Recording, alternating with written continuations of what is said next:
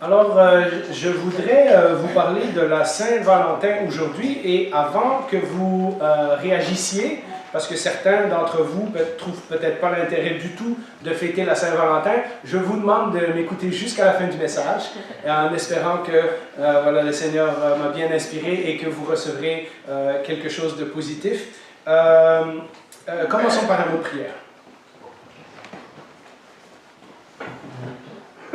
Bien, Seigneur, nous venons devant toi en cette journée spéciale qui nous rappelle l'amour que les gens peuvent avoir l'un pour l'autre, pour nous rappeler surtout de l'amour que toi tu as eu pour nous.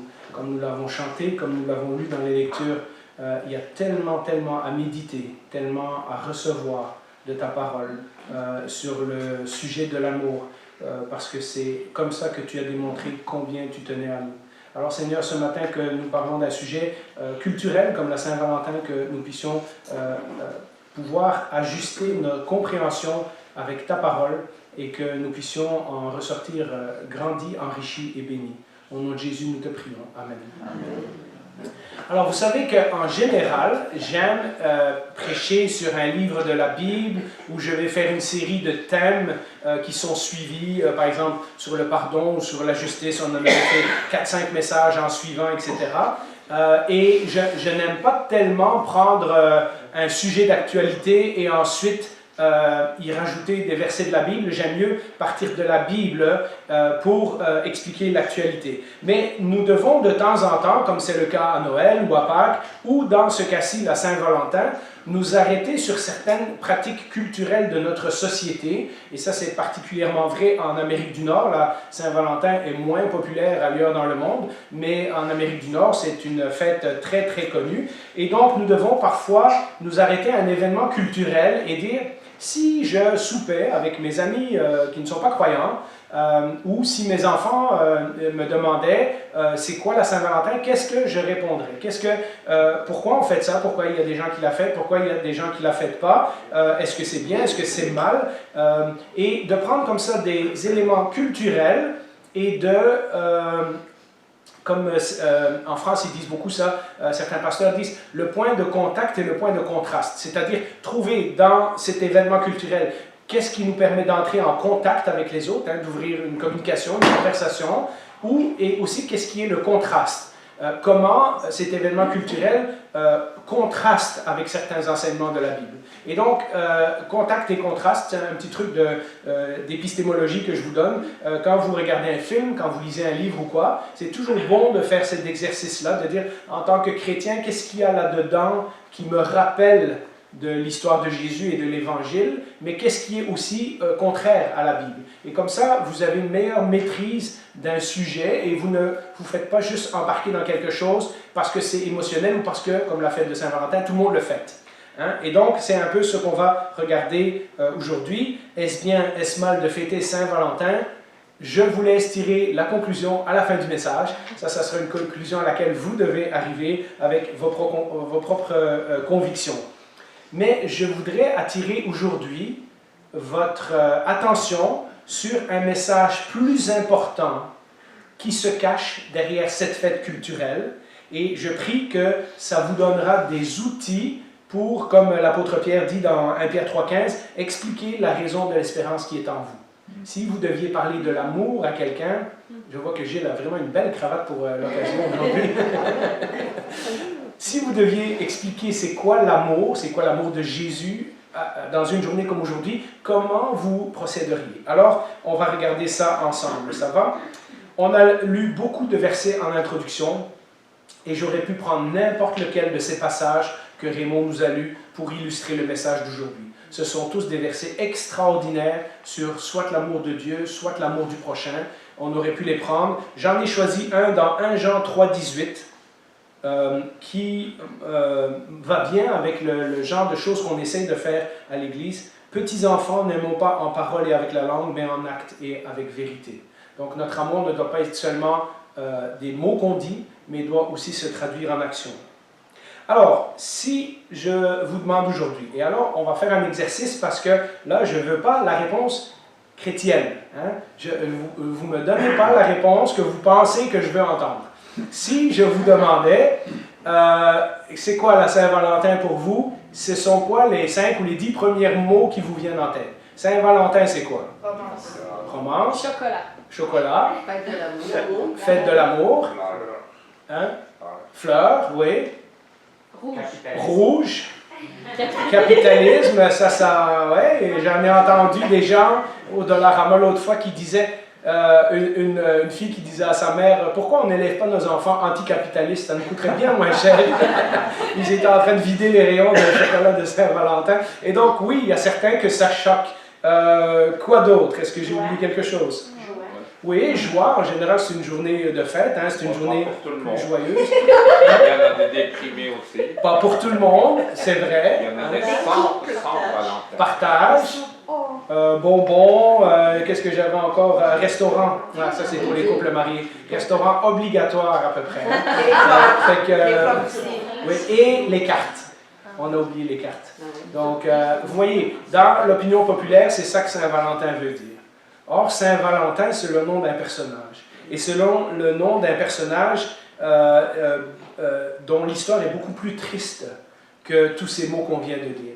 En fait, aujourd'hui, on fait ça comme, on célèbre ça comme la romance, l'amour dans un couple, etc., etc. En réalité, l'histoire de Saint-Valentin remonte à une époque et à des circonstances beaucoup plus sombres. Et c'est de ça que j'aimerais m'entretenir aujourd'hui avec vous. Alors, regardons l'histoire de Saint-Valentin. Valentin, ça se passe dans les années, dans les 3e, 4e siècle, donc entre les années 200 et 300, l'Empire romain connaît une série de grandes crises une après l'autre. Je pense que sur un siècle, il y a eu 16 empereurs romains différents. Il y en a qui ont régné 6 mois et ils se sont fait tuer, etc. C'est un temps où les Goths et les Visigoths commencent à envahir l'Empire romain petit à petit. Il y a des guerres incessantes, on dépense beaucoup d'argent pour solidifier les frontières, etc. Il y a aussi une grande décadence morale. Plus l'Empire romain avance, plus la décadence morale devient extrême. Une des choses qu'on a besoin quand l'Empire va mal, c'est de la force. Et l'empereur qui règne à cette époque-là, Claudius II, décide que les soldats qui sont mariés ne font pas de bons soldats. Ce sont des gens qui vont penser à autre chose, qui vont peut-être être mous au combat, qui vont hésiter. Ça va les distraire de penser à leur épouse lorsqu'ils sont au combat, etc. Et ils décident de faire une loi que tous les jeunes hommes, puisque tous les jeunes hommes étaient en passe de pouvoir être engagés dans l'armée romaine, que les jeunes hommes ne peuvent plus se marier. Et donc, vous comprenez un petit peu que déjà en partant, regardez la différence. Aujourd'hui, on dit que c'est la fête de l'amour, mais en fait, ça part d'une époque où l'amour est vu comme un problème. Hein, si les gens se marient, ils ne sont pas bons pour la guerre. Donc, je bannis l'amour, je bannis le mariage, je bannis ces choses-là. Et il interdit aux jeunes de se marier. Et donc, nous voyons que déjà à cette époque-là, l'amour tel qu'il est défini dans l'Empire romain n'est pas du tout l'amour tel que Jésus le décrit dans la Bible. Et donc, ça cause un conflit. Un évêque ou un pasteur d'une petite ville au sud de Rome qui s'appelle Terni, et il s'appelle Valentin, et c'est lui qui va décider que dans les années 260 à peu près, qu'il va marier les couples qui le demandent malgré l'interdiction de l'empereur.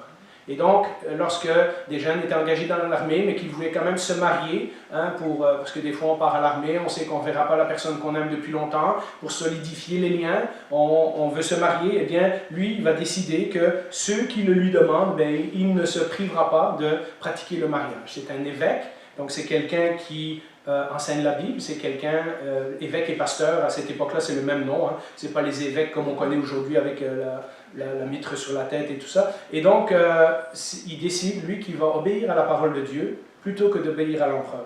Et vous pouvez imaginer qu'est-ce que ça fait dans une époque où l'empereur est le roi absolu de son empire, de désobéir à ce roi. Valentin, en lisant les textes comme ceux qu'on a lus aujourd'hui, mais aussi 1 Corinthiens chapitre 13 sur l'amour qui supporte, qui pardonne, sur les histoires de la Bible où Dieu a béni des mariages, etc., voit, tout comme l'apôtre Paul, que l'amour est quelque chose qui est absolument important et qui a besoin d'être préservé, malgré que les lois de la société disent bon, l'amour n'est plus une bonne chose. Et donc, lorsque les couples viennent à lui, secrètement, il décide de les marier. Et il fait partie d'une longue lignée de chrétiens qui remonte déjà au livre des Actes des Apôtres, Actes chapitre 4 et chapitre 5, lorsque Pierre et Jean ont été arrêtés et qu'on leur a interdit de prêcher le message de Jésus. Dans cette occasion-là, ils ont dit « Il est préférable d'obéir à Dieu qu'aux hommes ». Des fois, la Bible nous enseigne d'obéir aux hommes, parce que c'est pour le bien-être de la société, etc. Mais lorsque l'enseignement de la Bible est mis en péril par les lois du gouvernement, eh bien parfois il faut aller outre les lois, quitte à être arrêté, être emprisonné, etc. Et Valentin n'est pas le seul des chrétiens de toute cette époque-là. Il y a eu beaucoup de martyrs jusque dans les années 300-400, jusqu'à Saint-Augustin à peu près. Et donc c'est un disciple de Jésus-Christ qui croit qu'il vaut mieux obéir aux paroles du Seigneur qu'aux paroles de l'empereur. Alors, vous voyez déjà que la conception de l'amour, à ce moment-là, la conception de l'amour de la société, se heurte à la définition chrétienne de l'amour. Et dans notre société, même si on a d'autres problèmes que ceux de l'empereur Claudius II, l'amour aussi est décrit d'une certaine façon avec laquelle nous ne pouvons pas toujours être d'accord. Il y a des définitions de l'amour dans notre société avec lesquelles nous ne pouvons pas être d'accord. Et donc, il faut parfois obéir à Jésus-Christ plutôt qu'aux hommes. Et donc, vous voyez que dans un empire romain où l'empereur est en fait en train de devenir Dieu, puisque rapidement on a divinisé les empereurs romains, et il y avait même un culte à l'empereur, donc en plus d'offrir des sacrifices et des offrandes à différents dieux romains, il fallait que tout le monde dans l'Empire romain offre un culte à l'empereur, qu'on fasse un sacrifice à la statue de l'empereur. Et ça, c'est une des choses avec lesquelles les chrétiens vont résister, et ils vont se faire beaucoup persécuter à cause de ça, parce que, évidemment, si on n'obéit pas au chef suprême, eux, ça leur donne l'impression que les gens ne sont pas contrôlables.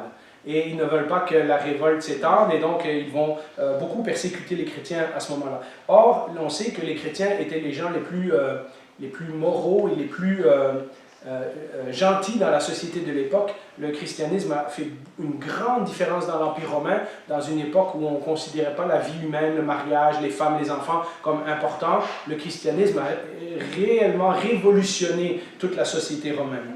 Et donc, c'était des bons citoyens, mais ils se faisaient arrêter parce qu'ils refusaient de prêter allégeance totale à l'empereur. Valentin savait très bien ce qu'il risquait. À cette époque-là, on ne joue pas avec le feu.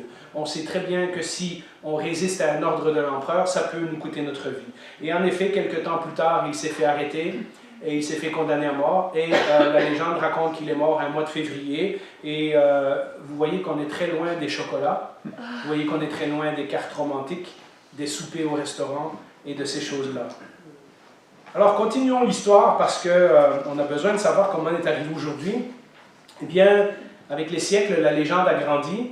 Les chrétiens ont gardé la mémoire de ces gens-là, de tous ces gens qui sont morts pour leur foi. Parfois, c'était de bouche à oreille. Parfois, il y avait des petites choses qui étaient écrites sur eux et qui, comme ça, se transmettaient d'une génération à l'autre. Mais de la même façon que nous, on parlerait d'un des fondateurs de l'Église. Stéphane nous a parlé des missionnaires qui sont venus déjà dans les années 1880 et qui ont préparé le chemin à la naissance de cette Église. Hein, on en parle comme des gens, waouh, on aurait aimé ça, être à cette époque-là, etc. Mais on ne les met pas sur un piédestal. Hein. On ne fait pas encore des saints comme on va les faire plus tard, comme on va faire des statues, on va les mettre dans les églises, etc. Et donc, à cette époque-là, il est juste un martyr parmi d'autres, dont on se souvient dans certaines régions de l'Empire romain, et sa mémoire continue comme ça. Et c'est vraiment en 469, donc vous voyez presque 200 ans après sa mort, qu'un des papes a décidé de placer une date officielle, le 14 février, ça va être la fête de Saint-Valentin. En 469, l'Empire romain est en ruine, et la seule institution solide qui existe et qui fait fonctionner la société, c'est l'Église. Et donc l'Église va avoir développé beaucoup de pouvoir et beaucoup d'influence à cette époque-là, parce que c'est la seule institution qui ne s'est pas écroulée. Tout le reste, le gouvernement, l'économie, les soldats, l'armée, les provinces, enfin tout s'est divisé en de milliers de morceaux. Et c'est vraiment les prêtres, les pasteurs, les évêques qui vont tenir la société occidentale ensemble au travers de l'Église. Mais évidemment, avec le pouvoir viendra aussi la possibilité la corruption et l'influence du pouvoir, etc. On sait ce que ça a donné plus tard. Mais donc, vous voyez, jusque dans les années 400, c'est juste une date sur le calendrier. Celui-là, on va s'en souvenir à telle date, et puis un autre, on va s'en souvenir à telle date. Il n'y a pas de fête officielle, il n'y a rien de très spécial, etc. Et pendant longtemps, ce n'est qu'une date parmi d'autres dans le calendrier romain. D'ailleurs, aujourd'hui, il y a peut-être une vingtaine d'années, une trentaine d'années, il y a un tas de saints qui ont été enlevés du calendrier romain parce qu'on trouvait que c'était trop compliqué. Donc Saint-Valentin n'est même plus dans le calendrier de l'Église catholique. Il n'y a pas une fête officielle en Saint-Valentin qu'on est obligé de se souvenir chaque année. Mais c'est vraiment au Moyen-Âge, avec ceux qui connaissent la littérature, vous connaîtrez peut-être Geoffrey Chaucer, celui qui a écrit The Tales of Canterbury. Il a écrit un poème où est-ce qu'il disait qu'au mois de février, les oiseaux commencent à chercher leur partenaire et la nature se réveille, et les petites fleurs et les bourgeons, etc. Et il a commencé à associer le mois de février à l'amour romantique. Et c'est l'époque des grands romans, les Chevaliers de la Table Ronde, et l'amour courtois, etc. Et c'est à ce moment-là que la fête de Saint-Valentin commence à être exaltée comme la fête de l'amour, la fête de la romance, la fête du mariage, etc. Et peu à peu, l'histoire de Saint-Valentin se transforme d'une histoire d'obéissance à la parole de Dieu, d'une histoire de courage face à l'empereur, d'une histoire de sacrifice où quelqu'un a donné sa vie pour ses convictions en Jésus-Christ. Eh bien, ça devient l'histoire d'amour romantique. Mais là encore, on est au Moyen-Âge et il y a des légendes qui parcourent. On commence à dire que Valentin découpait des cœurs et qu'il les donnait aux mariés, qu'il mariait en secret. On raconte aussi qu'il a guéri miraculeusement la fille aveugle du gars où il était en prison et du juge, et qu'il lui a signé une lettre avant de mourir qui disait « ton Valentin », etc. Bon, ça, c'est des légendes qui se sont rajoutées après. Les seules choses dont on est sûr, c'est les choses que je vous ai dit tout au début. Mais vous voyez comment toute cette symbolique a été reprise pour signifier autre chose. C'est devenu maintenant l'amour entre les couples, etc., etc. Et donc, il y a tout ce symbole de l'Évangile que Valentin aurait pu représenter a été transformé en amour romantique. Valentin considérait que l'amour était quelque chose de précieux, quelque chose qui devait être protégé, que le mariage c'était quelque chose d'important, etc. Même si l'empereur disait le contraire, il considérait qu'obéir au commandement de Christ c'était important, surtout face à un empire qui écrasait toute opposition sur son passage. Et puis aujourd'hui, c'est devenu la fête des lettres et des cadeaux et des cartes, et un peu tout ce que vous m'avez dit tantôt. Alors, quand, entre le 1375, Geoffrey Chaucer, et aujourd'hui, quand est-ce que c'est devenu la fête qu'on connaît aujourd'hui? Eh bien, vous ne serez pas surpris d'apprendre que c'est les Américains qui ont fait la fête commerciale. Dans les années 1850, il y a une dame qui recevait des lettres d'Europe qui étaient écrites à la main. Et elle trouvait qu'elles étaient tellement belles qu'il fallait en faire profiter tout le monde. Et elle a commencé, 1850, c'est le début de la presse de masse, de la production de masse des livres et tout ça. Il y a des presses à imprimer qui fonctionnent et tout. Et elle a décidé de faire une business et de vendre des cartes. Et c'est là que la Saint-Valentin est devenue commerciale, où d'abord on a commencé à avoir des milliers de cartes. D'ailleurs, encore aujourd'hui, 25% des cartes de vœux dans le monde sont vendues le jour de la Saint-Valentin. Je pense que le seul autre jour qui vient plus haut que ça, c'est la fête des mères. Et donc, il y a énormément d'argent qui est dépensé là-dedans. Et puis, au début des années 1900, c'est Hallmark, la compagnie de cartes, mais aussi Hershey, la compagnie des petits chocolats, et puis d'autres compagnies, même des fabricants de bijoux, puisque maintenant c'est très à la mode pour les gens d'une classe sociale un peu plus élevée, qu'à la Saint-Valentin, on ne fait pas juste offrir des fleurs, on offre un collier super cher, ou on offre des diamants ou des trucs comme ça. Et donc, tous ces gens-là, toutes ces compagnies-là ont sauté sur l'occasion pour faire de l'argent, et aujourd'hui, aux États-Unis seulement, donc juste nos voisins du Sud, dépensent entre 22 et 25 milliards de dollars par année pour le jour de la Saint-Valentin. Donc quand quelqu'un disait tantôt capitalisme, il a en partie raison. Parce que c'est vraiment devenu une fête commerciale. Et vous savez, quand quelque chose devient une fête commerciale, il ne peut pas y avoir de message négatif attaché à ça. Donc il n'y a plus aucun souvenir de ce que Valentin a fait. c'est devenu la fête des cœurs, la fête des Cupidons. On avait oublié Cupidon dans la liste. Hein, le petit ange avec ses flèches, là. La fête de l'amour, il faut offrir des cartes, etc. etc.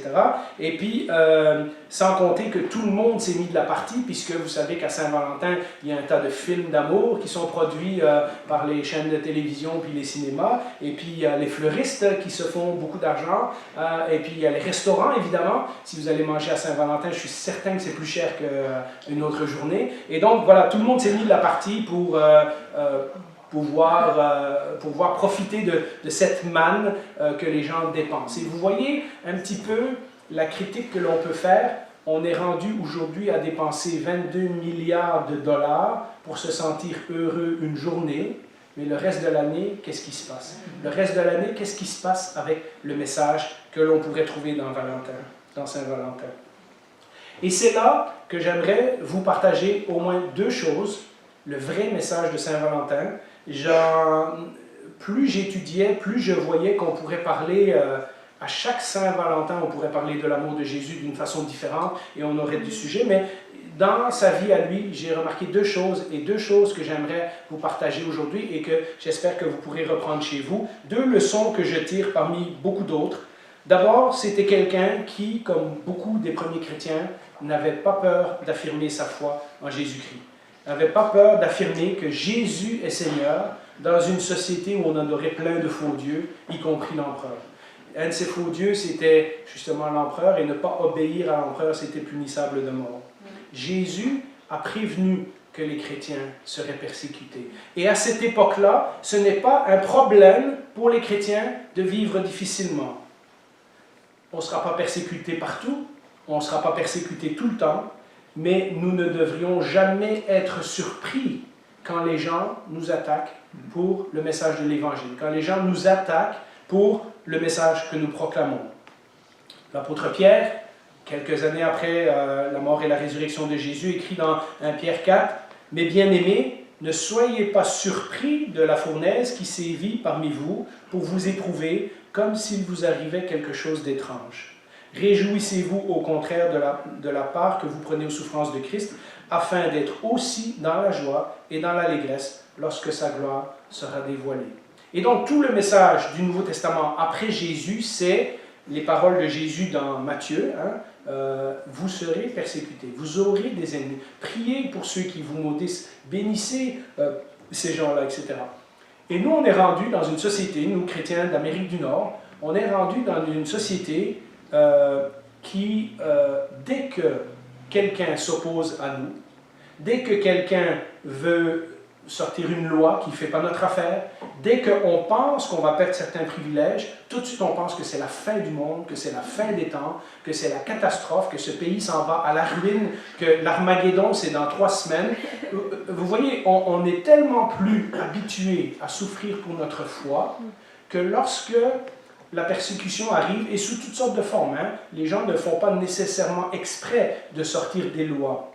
En sortant certaines lois pour combattre, par exemple, l'extrémisme musulman, eh bien, automatiquement, ça affecte aussi le droit de parole chez les chrétiens. Et donc, il y a comme ça des lois,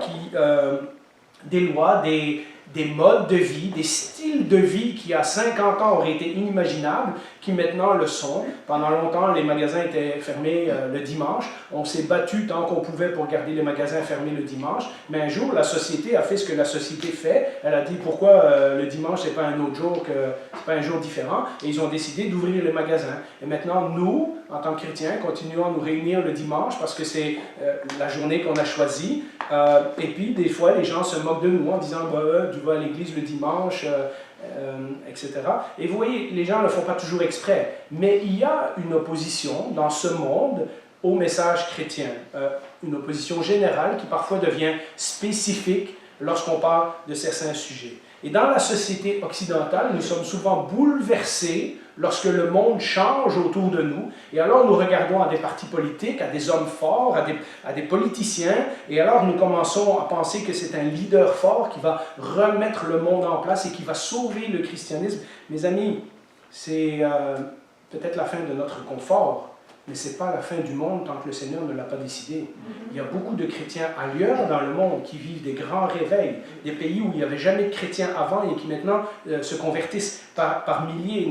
Ne soyons pas tellement certains que toute la planète tourne autour de nous. C'est un peu ce qu'on a tendance à faire en Occident. Et donc rappelons-nous que d'être moqués, que les gens nous trouvent bizarres, d'avoir des gouvernements qui passent des lois, etc., ce sont des choses qui vont nous arriver. Et l'histoire de Saint-Valentin nous rappelle que le Seigneur a dit il vaut mieux obéir à Dieu, il vaut mieux être fidèle à Dieu que fidèle aux hommes.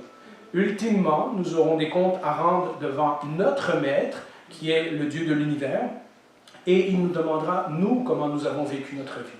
Et donc, je pensais que c'était important dans ce temps de Saint-Valentin de nous rappeler que la fête de l'amour, peut-être oui, mais à l'origine, ça part de quelqu'un qui avait suffisamment d'amour pour la parole de Dieu pour respecter les commandements de Dieu plutôt que les commandements de l'empereur, l'homme le plus puissant du monde. Donc je voulais qu'on reparle de ça. Et puis la deuxième chose qui découle de ça, c'est que la Bible parle d'un tas d'amour. L'amour des frères et sœurs, l'amour entre familial, l'amour dans un couple, etc. Mais la Bible nous parle aussi beaucoup de l'amour du prochain, l'amour qu'on doit avoir les uns pour les autres. Et dans la Bible, l'amour est toujours sacrificiel.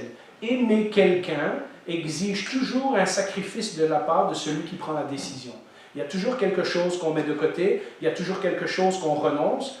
On renonce, lorsqu'on se met en couple, on renonce à être égoïste et centré sur soi. On décide qu'on va aller vers l'autre et qu'on va offrir à l'autre tout ce qu'on peut offrir, n'est-ce pas? C'est la même chose pour l'amour des parents, c'est la même chose, eh bien ça devrait être la même chose pour l'amour entre les frères et sœurs. Il y a un tas de passages de la Bible, je pense que vous pouvez les revoir, mais l'amour de la Bible est toujours un amour sacrificiel. Ce n'est pas l'amour romantique, c'est un bonus que le Seigneur donne aux personnes qui sont mariées, hein, c'est en plus. Et puis beaucoup d'entre nous ne sont pas mariés ou ne sont plus en couple ou sont veufs. Et donc, à ce moment-là, l'amour, c'est pas pour nous? Non, l'amour sacrificiel, c'est toujours de donner quelque chose qui nous coûte à l'autre personne. Regardez, on s'inspire de Dieu pour faire ça. Regardez dans Romains 5, verset 8. « Mais voici comment Dieu prouve son amour envers nous, alors que nous étions encore des pécheurs, Christ est mort pour nous. » Là, pas quand on était ses amis, pas quand on se rapprochait de lui, pas quand on s'était fait chum avec lui, quand nous étions encore, dans un autre passage, ça dit quand nous étions ennemis de Dieu, quand nous étions opposés à tout le message de la Bible, quand nous ne cherchions pas Dieu. Dieu est déjà mort pour les pécheurs. Alors, dites-moi que ça, ce n'est pas un amour sacrificiel. Il n'y a rien à gagner là-dedans. Il a tout à perdre. En fait, Jésus a perdu sa vie pour que nous puissions gagner le ciel. C'est un méchant échange. C'est un très avantageux échange en notre faveur. Hein? Et ça, nous n'avons rien fait pour gagner la faveur de Dieu. C'est vraiment par grâce, parce que Dieu est bon, qu'il a décidé de nous donner son salut. Il y a plein d'autres versets sur lesquels nous pourrions méditer aujourd'hui pour réfléchir, ok, ces petits cœurs rouges que je vois sur le banc, que je vois dans, etc., à quoi ils me font penser? Ils me font penser à l'amour biblique, à l'amour sacrificiel. 1 Jean 4,19, par contre, nous aimons parce qu'il nous a aimés le premier. Hein? Nous aimons les autres parce que Jésus nous a d'abord aimés. Hein? 1 Jean 3,16, voilà comment nous avons connu l'amour de Christ. Christ a donné sa vie pour nous. Nous aussi, nous devons donner notre vie pour les frères et sœurs. Littéralement, la Bible nous dit de ce qu'on a reçu de Dieu, de le redonner aux autres. Véritablement aimer les gens, mes amis, à l'exemple de Jésus, ça coûte. On n'est pas dans une relation familiale, dans un couple, dans un mariage ou quoi que ce soit, pour qu'est-ce qu'on peut retirer de l'autre. Si c'est comme ça, vous devez repenser à votre définition de l'amour. Vous êtes là pour ce que vous pouvez donner à l'autre. Et vous donnez, et vous donnez, et vous donnez, et même si vous ne recevez pas. Véritablement aimer son ou sa partenaire, pour ceux qui sont mariés. C'est un engagement total. Dans Éphésiens, Paul dira, « Marie, aimez vos femmes comme Christ a aimé l'Église, au point de donner sa vie pour elle. » Hein, donc l'engagement, il est là. On ne peut pas nier le message biblique. Aimer ses enfants, ce n'est pas toujours rose. Hein? D'ailleurs, à ce sujet, je vous invite à relire la parabole du fils prodigue. Comment cet enfant qui pense qu'il a tous les droits, décide de prendre sa part d'héritage, qu'il méprise son père devant tout le village et qu'il part, et comment son père est prêt à l'accueillir et à lui pardonner en revenant. Et nous on dit, ah mais c'est normal, c'est son père. Oui, mais vous oubliez que dans tout ça, ben, il a pris l'héritage, donc il y a de l'argent qui est parti, il y a l'insulte, il y a le mépris, il y a tout ce que le village a pensé de ce père qui, il ne sait pas élever son enfant, etc. Et que son père, au lieu de faire payer son gars lorsqu'il revient, décide de courir au-devant de lui, d'ouvrir ses bras et de faire une fête en disant « Mon fils qui était perdu est revenu à la vie ». Ça, c'est extraordinaire, c'est une image de l'amour de Dieu. Aimer les uns les autres, ça exige des sacrifices. On n'aimera pas tout le monde facilement dans l'Église. Il y a des frères et sœurs que nous allons trouver plus difficiles que d'autres. Rappelez-vous la parabole du bon samaritain. Hein? Celui qui est le frère de l'autre, c'est celui qui n'avait rien à gagner. Hein, et qui pourtant va s'occuper de ce gars qui a été battu, dépouillé, et qui met même la facture de l'auberge sur son compte en disant « S'il te manque des choses, prends soin de lui, je te repayerai en repassant ». Et Jésus qui, comme ça, provoque la foule à les faire réfléchir que « Attendez, le prochain, c'est pas celui qui est assis sur le banc et qui va à l'église et qui chante comme vous et avec qui vous êtes super chum. Le prochain, ça peut être n'importe qui, même celui que vous n'aimez pas. » Et Jésus, après tous ces enseignements, nous dit toujours allez et faites de même. Hein? Aimer son prochain, c'est aussi visiter ceux qui sont en prison, donner un verre d'eau à ceux qui en ont besoin.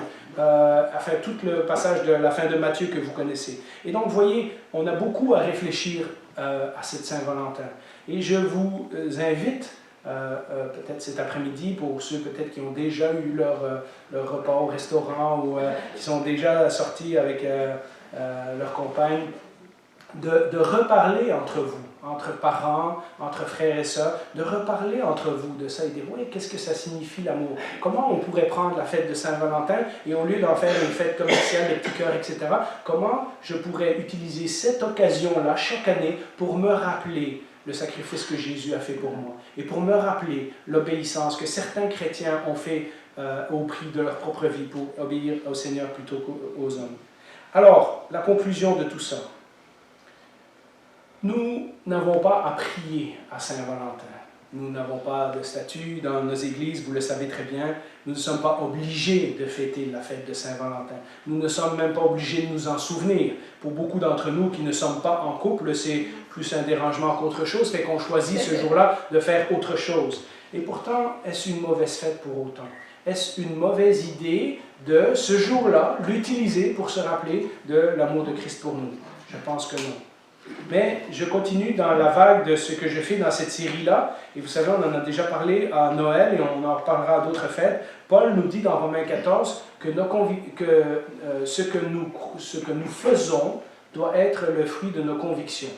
Et donc, il se pourrait très bien que vous venez d'un arrière-plan qui était très, très, très influencé par les statuts, par les rituels, par des saints auxquels vous deviez prier, que vous n'avez jamais entendu parler. Peut-être que vous êtes sorti d'un milieu comme ça où la religion était très écrasante, vous mettez une série de règles à faire avant d'être correct avec Dieu, etc. Et que pour vous, de revenir à une fête comme Saint-Valentin, c'est choquant. Ça vous rappelle des choses, ça vous ramène dans un monde où vous ne voulez plus être. Et dans ce cas-là, la Bible dit c'est le fruit de vos convictions. Ce n'est pas une fête qui est dans la Bible, ce n'est pas un personnage qui est dans la Bible, c'est quelque chose que vous faites avec vos convictions. Vous n'êtes pas obligé de le fêter. En fait, lorsque nous réalisons que certaines de nos anciennes traditions, que certaines de nos anciennes habitudes nous détournent du Seigneur, il vaut mieux couper ces habitudes-là. Paul l'a fait. Paul aurait pu être très fier de son passé de pharisien et dire, regardez, avant de devenir chrétien, avant de devenir disciple de Jésus, j'étais déjà quand même pas mal correct avec Dieu. Regardez tout ce que j'ai fait. J'étais pharisien, j'étais de la bonne tribu, voilà, il n'y avait personne aussi zélé que moi, etc. Et regardez ce qu'il dit dans Philippiens 3, verset 7. Toutes ces choses constituaient à mes yeux un gain. Il en était fier. Mais à cause de Christ, je les considère désormais comme une perte. Et Paul, à part dans ce passage-là, ne renotera plus jamais toutes les performances qu'il avait faites avant de devenir un disciple de Jésus-Christ. Pour lui, ça c'était le passé, ça l'éloignait de Dieu. Il avait cru être proche de Dieu avec ça, mais il ne l'était pas, et donc il a tout jeté à la poubelle. Dans le texte, ça dit poubelle, littéralement. Je les considère comme des détritus. Hein? Et donc, il a tout jeté ça à la poubelle et il a dit non, tout ce qui compte maintenant, c'est Christ. Et donc, peut-être que pour vous, Saint-Valentin, ça vous rappelle le milieu duquel vous êtes sorti, la religion qui vous a écrasé peut-être à une époque, etc., etc. Et donc, si vous ne la fêtez pas, il n'y a rien de mal à ça. Mais peut-être que l'histoire de Saint-Valentin et la réalisation que l'obéissance à Christ peut vous coûter très cher, vous poussera à reconsidérer la Saint-Valentin et la voir peut-être comme d'une autre façon, en ayant un arrière-plan plus biblique.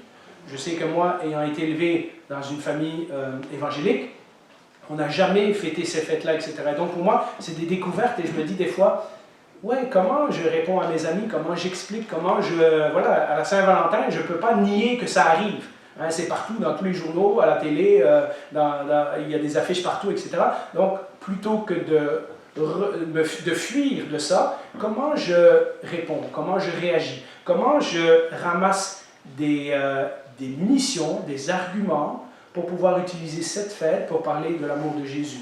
Et donc ça serait peut-être une possibilité pour vous de dire, ouais, Saint-Valentin, je ne suis pas d'accord comment on la fête dans le monde, mais moi j'aimerais bien la réorienter d'une autre façon pour que dans ma vie, cette journée-là devienne une journée que je mets à part, par exemple, pour évangéliser, pour remercier le Seigneur pour son amour, pour aller visiter des gens qui en ont besoin, etc.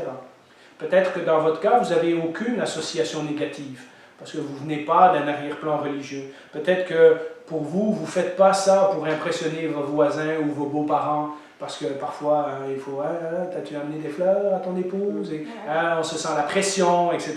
Peut-être que vous, la société de consommation, c'est aucun problème pour vous. En fait, vous détestez ça et donc vous ne vous embarquez pas là-dedans. Peut-être que vous comprenez instinctivement que le vrai amour derrière Saint-Valentin, c'est la définition de l'amour biblique et non pas l'amour romance comme on l'a fait aujourd'hui. Alors, dans ce cas-là, vous pouvez décider en couple ou en famille de fêter la fête de Saint-Valentin. Vous pouvez amener votre conjointe au restaurant. Il n'y a non plus rien de mal à ça. De nouveau, Romains 14, je vous les donne en note. Romains 14, verset 5 et verset 23, c'est le texte dans la Bible qui parle de nos convictions. Et de ne pas faire des choses qui vont contre nos convictions, sinon ça nous met en mal vis-à-vis de Dieu. En ce sens, l'exemple, l'amour biblique, et particulièrement dans le mariage, puisque l'amour entre un homme et une femme est un symbole de l'amour de Christ pour son Église. On le voit dans un livre comme Cantique des Cantiques, mais aussi dans certains passages comme Éphésiens et Colossiens. L'amour biblique est un engagement total envers une personne ou envers plusieurs personnes. Et donc, que nous aimions un conjoint, que nous aimions nos enfants, que nous aimions nos frères et sœurs, que nous aimions le monde en général, etc., soyons certains d'avoir la bonne définition de l'amour. Que notre amour est véritablement un engagement et que ce n'est pas juste une série de sentiments ou d'émotions qu'on ressent pour quelque chose et pour quelqu'un. Et je vous dirais, mes amis, qu'en tant que chrétiens, nous avons désespérément besoin de célébrer l'amour biblique dans un monde brisé qui en a absolument besoin. Et en ce sens, peut-être, moi je commence à me trouver vieux pour ça, mais peut-être une autre génération de chrétiens reprendra le flambeau et dira, le 14 février, à l'Église, on va faire quelque chose de spécial qui va orienter vers l'amour biblique. Et peut-être nous réapproprier cette journée spéciale et dire, voilà l'histoire de Saint-Valentin, voilà ce que ça nous enseigne sur Jésus et sur ce que c'est d'être un disciple, et peut-être à ce moment-là de faire la fête de façon différemment. Mais nous devrions aussi célébrer régulièrement l'amour sacrificiel tel qu'il est dans la Bible. Ce n'est pas juste le 14 février. Nous devons trouver une façon de nous rappeler régulièrement ce Jésus qui s'est engagé envers toute l'humanité au point de donner sa propre vie. Ça, c'est la preuve de l'amour de Dieu. Parce que sans ce genre d'amour, les autres amours qu'on peut se faire ne sont qu'une illusion. S'il n'y a pas en arrière de tout ça un véritable Dieu bon qui nous aime et qui est prêt à sacrifier sa vie pour que nous soyons réconciliés avec lui, toutes nos autres sortes d'amour sont inutiles. puisque lorsque nous mourrons, il n'y aura rien qui nous attend après. Et donc, c'est pour ça que l'amour biblique, l'amour de Jésus, l'amour sacrificiel est aussi central dans la vie des chrétiens. Je vous rappelle le verset de 1 Corinthiens que Raymond nous a lu tantôt et on va le relire en conclusion. 1 Corinthiens 13, l'amour est patient. Alors déjà, pour certains d'entre nous qui sommes en couple, il y a un travail à faire là, d'accord? Il est plein de bonté. L'amour n'est pas envieux. L'amour ne se vante pas. Vous voyez, en général, comme Paul le dit dans Philippiens, l'amour, c'est considérer les autres comme au-dessus de nous-mêmes et pas nous qu'on se met en vedette. Il ne s'enfle pas d'orgueil. Il ne fait rien de malhonnête. Il ne cherche pas son propre intérêt. Chacun de ces thèmes pourrait prendre un message à lui tout seul. Il ne s'irrite pas. Ouh là, là on en a plusieurs parents là, qui on doit méditer sur ça. Est-ce que j'aime vraiment mes enfants ou est-ce que je veux qu'ils marchent droit parce que ça me rend la vie facile? Pensez-y. Il ne soupçonne pas le mal. Ouh, ça c'est une difficile. Certains d'entre nous, on a la tête qui va plus vite que les jambes. Hein? Et on a déjà pensé que si quelqu'un nous a dit ça, « Ah, qu'est-ce qu'il essaye d'avoir? Qu'est-ce qu'il essaye de me dire? » etc. Il ne soupçonne pas le mal. Il ne se réjouit pas de l'injustice, mais il se réjouit de la vérité. Et puis, peut-être le plus difficile, comme Raymond nous a dit, il pardonne tout, il croit tout, il espère tout, il supporte tout. On sait très bien que le seul qui a accompli tout ça sans broncher, c'est Jésus. Mais c'est l'exemple qu'il nous donne. C'est Paul commence finit le chapitre 12 de Corinthiens et il dit « Je vais vous montrer un don qui est meilleur que tous les autres. Hein? » Et il dit alors dans le chapitre 13 toute la définition de ce que c'est le don de l'amour. Ça, c'est le genre d'amour que Jésus a manifesté pour toi. Ça, c'est le genre d'amour que Jésus a donné pour toi. Repens-y en lisant ce texte à la maison. Tout ce que Jésus a fait pour toi. Alors, ma leçon pour aujourd'hui, c'est quand nous regarderons, et ceux qui n'ont pas mangé leur chocolat, vous pourrez le manger après, à la fin du culte, c'est pour vous. Quand vous regardez ces petits cœurs rouges, ne pensez pas romance, etc., etc. Pensez à l'amour de Jésus. Et après avoir y réfléchi à ce genre d'amour, rappelez-vous ce qu'on avait lu dans l'autre texte. Maintenant que Dieu nous a aimés comme ça, nous devons aussi aimer les autres. Vous savez, le 14 février, ça vient qu'une fois par année. Mais le Seigneur, dans sa grande sagesse, nous a laissé un geste bien simple pour que régulièrement, nous nous rappelons du prix qu'il lui en a coûté de nous aimer. Et pour que ça puisse nous remotiver, nous encourager, recentrer notre regard sur Jésus. Et c'est le repas du Seigneur. Et maintenant, les musiciens, on va vous accompagner dans un chant. Et ensuite de ça, Raymond viendra et on va prendre le repas du Seigneur ensemble.